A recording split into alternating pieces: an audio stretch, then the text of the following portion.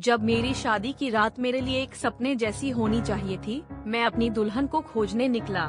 हर कोई जश्न में मगन था और मैं उसे हमारे कमरे में नहीं पा रहा था। मेरे कदम अनजाने में ही उसके पूर्व प्रेमी के कमरे की ओर बढ़ गए। दरवाजा अध खुला था और जो मैंने देखा उसने मेरी दुनिया उलट पुलट कर दी। वह वहाँ खड़ी थी, उसके सामने, उनकी आंखों में एक पुरानी चमक के साथ। मेरा दिल धड़कने लगा और मेरा गुस्सा सर चढ़ने लगा, लेकिन मैंने खुद को शांत रखने की कोशिश की।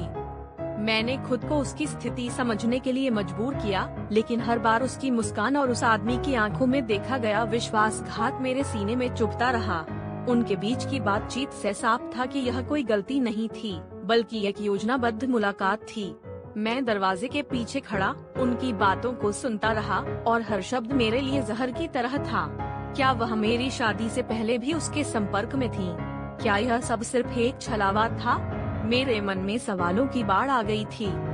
अचानक मैंने दरवाजे को धक्का दिया और उनके सामने खड़ा हो गया। उनकी आंखों में एक पल के लिए डर की लहर दौड़ गई, लेकिन फिर उन्होंने अपनी भावनाओं को छुपा लिया। मैंने उनसे सीधा सवाल किया, क्या तुम्हारे लिए यह सब सिर्फ एक खेल था? उसकी आंखों में आंसू थे, लेकिन उसने जवाब नहीं दिया। उसका मौन मेरे लिए जवाब से भी ज्यादा दर्दनाक था। मैंने उसे और उसके पूर्व प्रेमी को अलग अलग देखा। उनकी आंखों में पश्चाताप की हल्की छाया दिखाई दी, लेकिन मेरे लिए अब सब खत्म हो चुका था। इस पूरे प्रकरण के बाद मैंने खुद से सवाल किया कि क्या मैं कभी अपने जीवन में किसी पर भरोसा कर पाऊंगा? यह विश्वासघात केवल मेरे और उसकी कहानी नहीं थी, यह मेरे आत्मसम्मान और भरोसे की कहानी थी।